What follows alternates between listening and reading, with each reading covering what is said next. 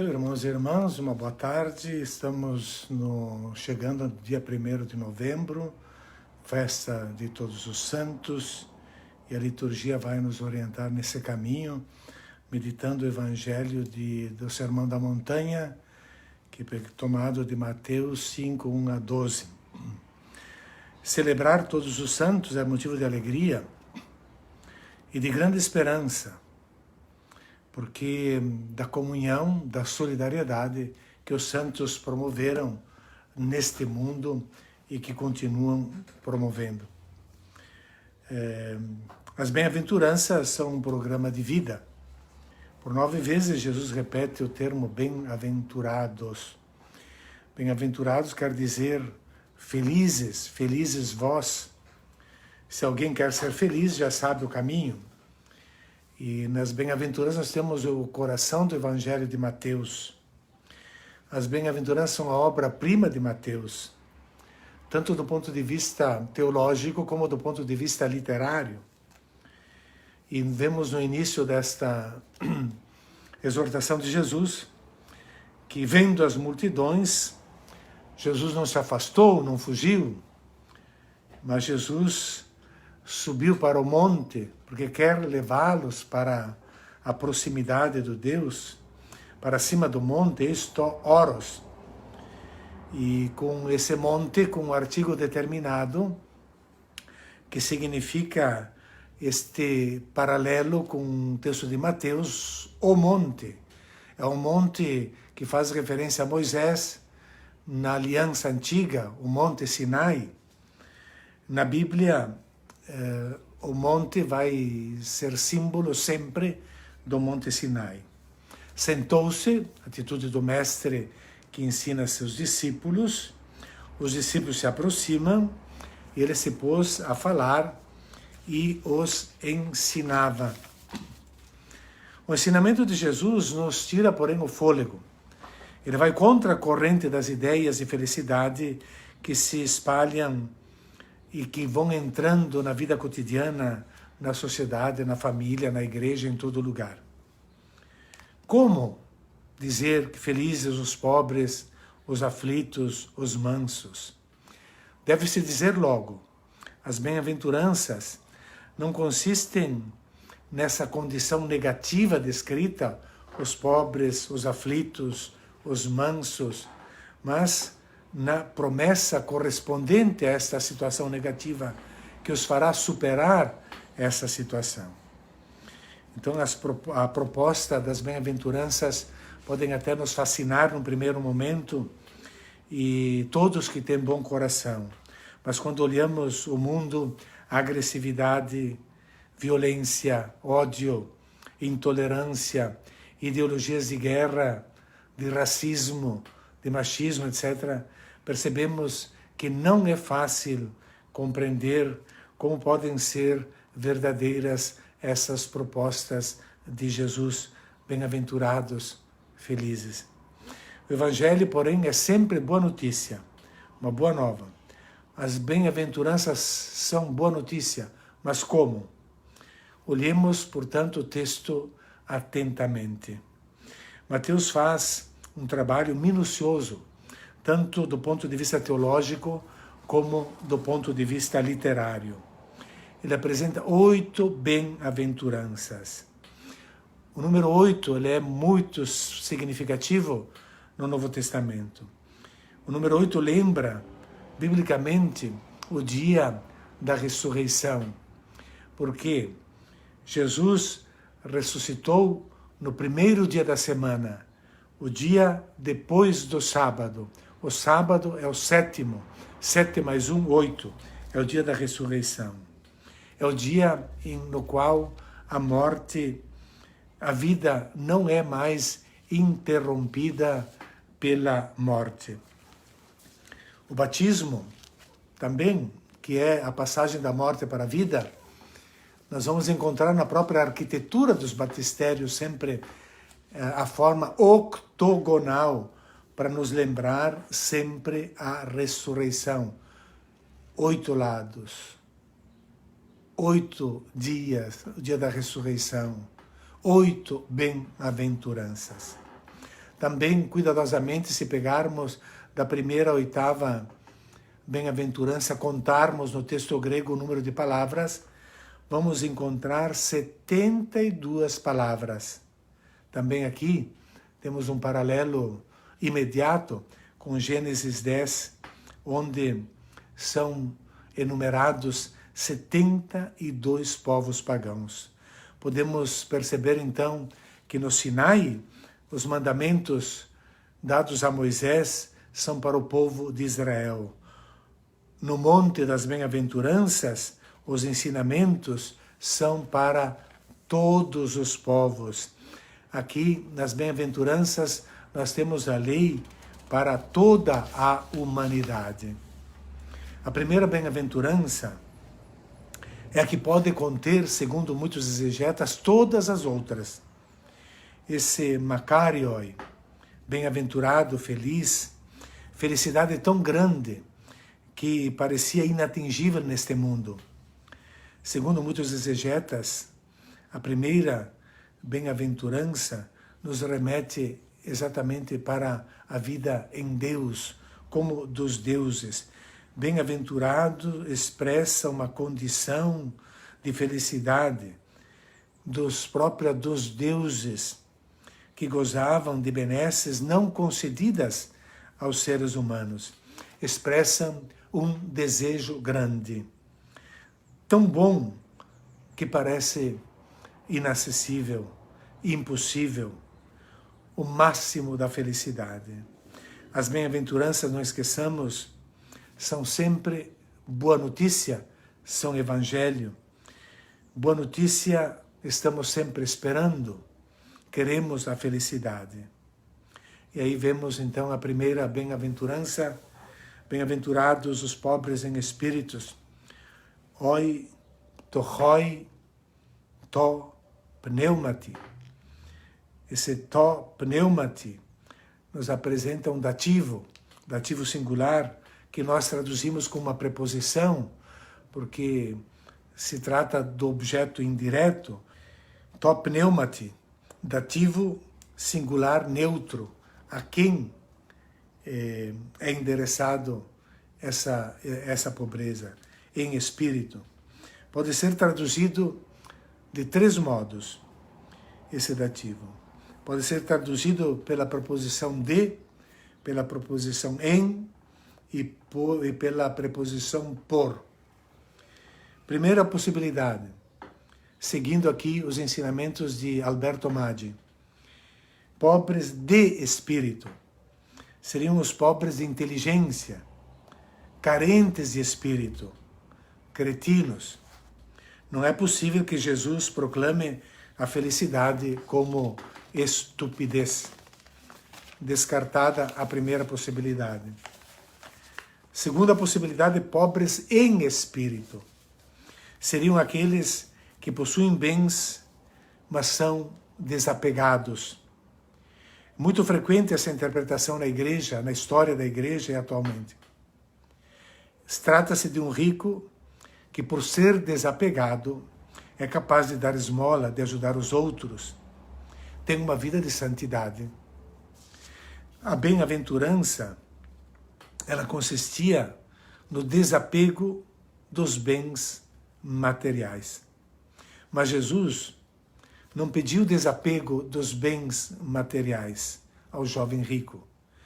Ele pediu uma ação imediata de partilha com os pobres. Temos que descartar também essa segunda possibilidade. A terceira é pobres pelo Espírito.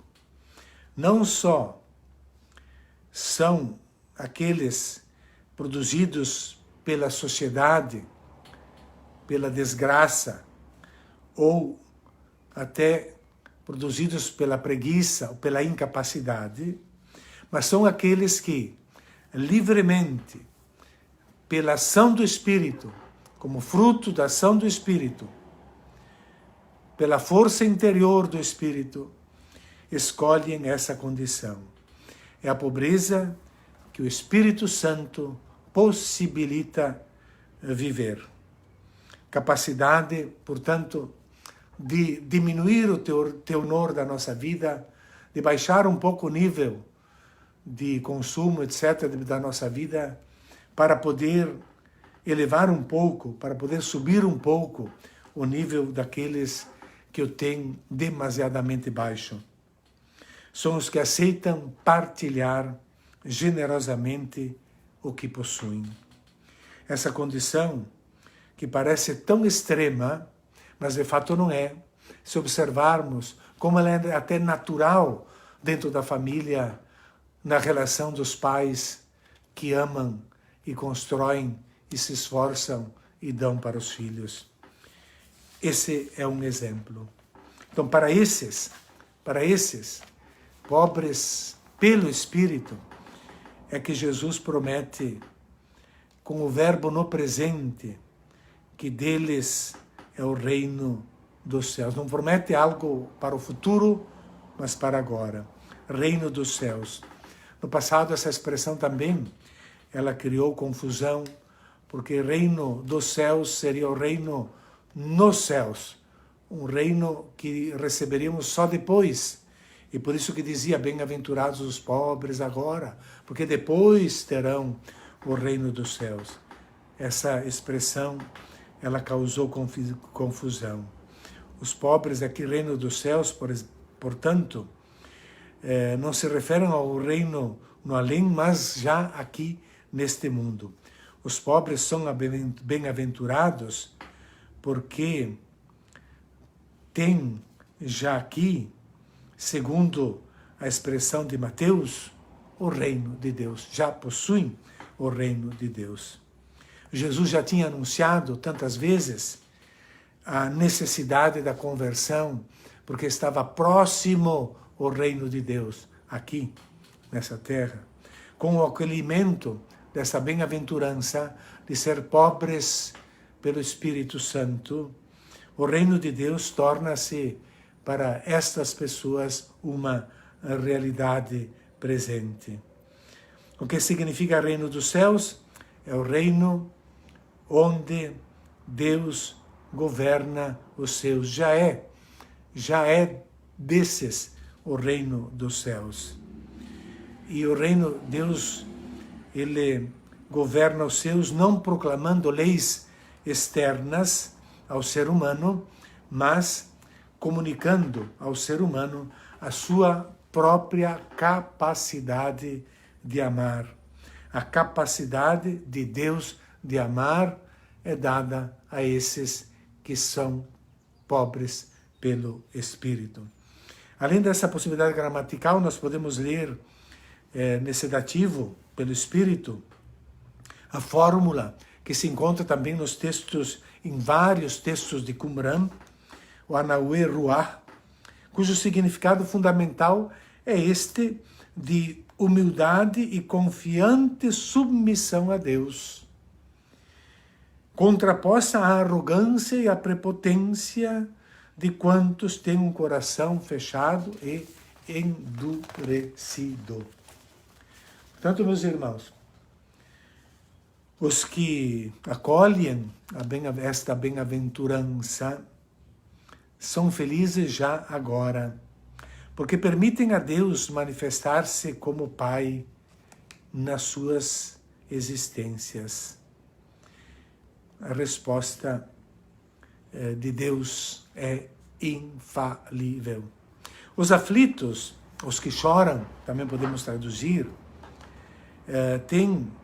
não são felizes no choro ou na aflição, mas na resposta que Deus dá a essa situação.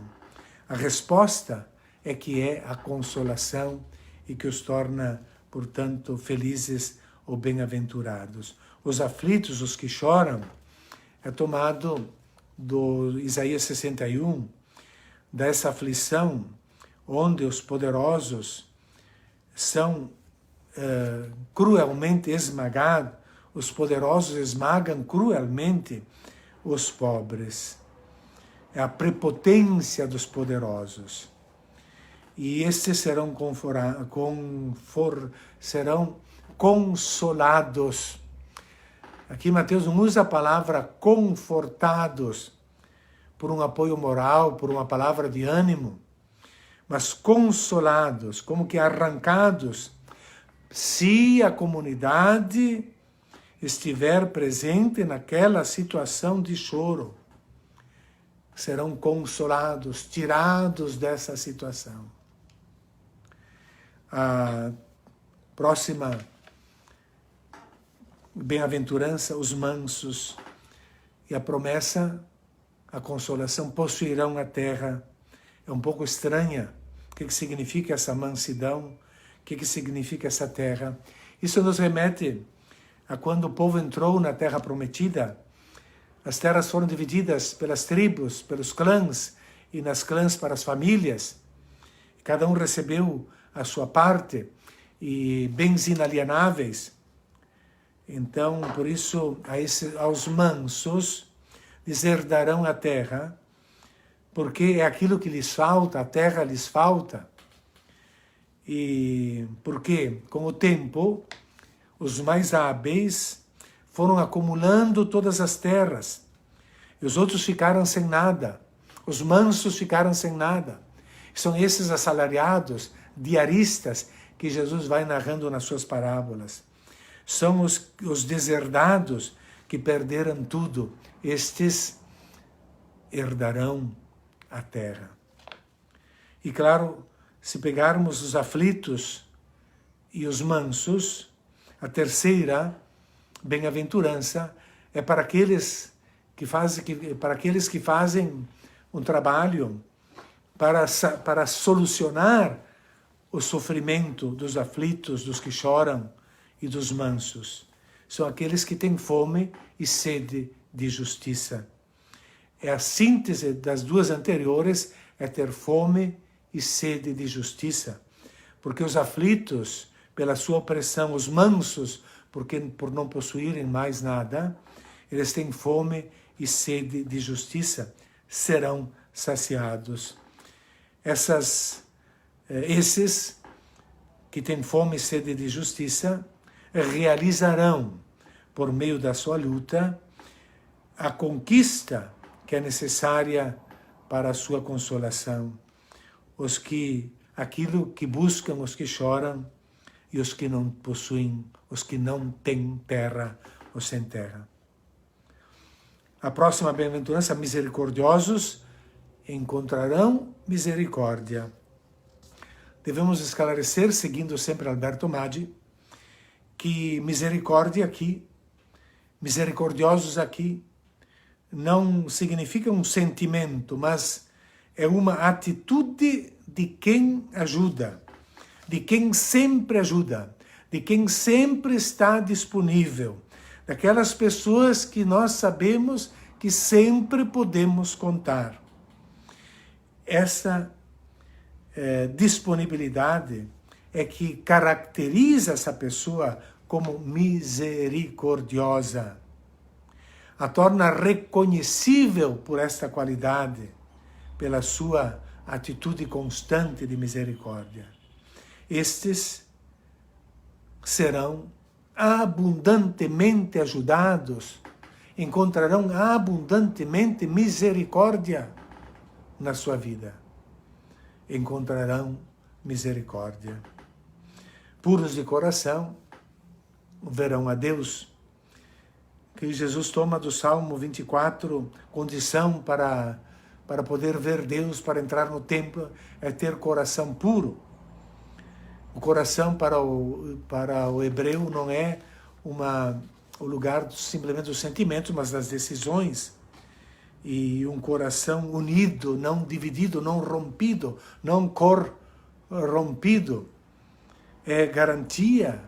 É um coração uno, inteiro, capaz de servir, capaz de ser misericordioso.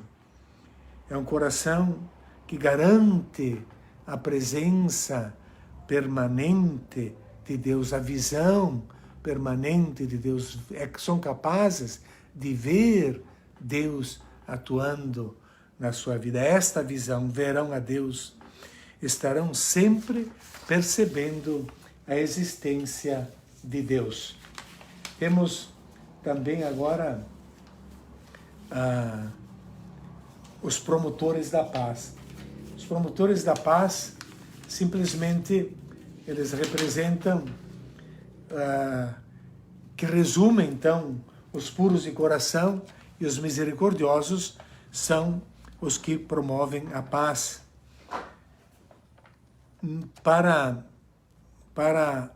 Não são os promotores da paz simplesmente os pacíficos, porque os pacíficos, para sua própria tranquilidade, evitam a todo custo qualquer conflito, qualquer possibilidade de confronto, porque são pacíficos.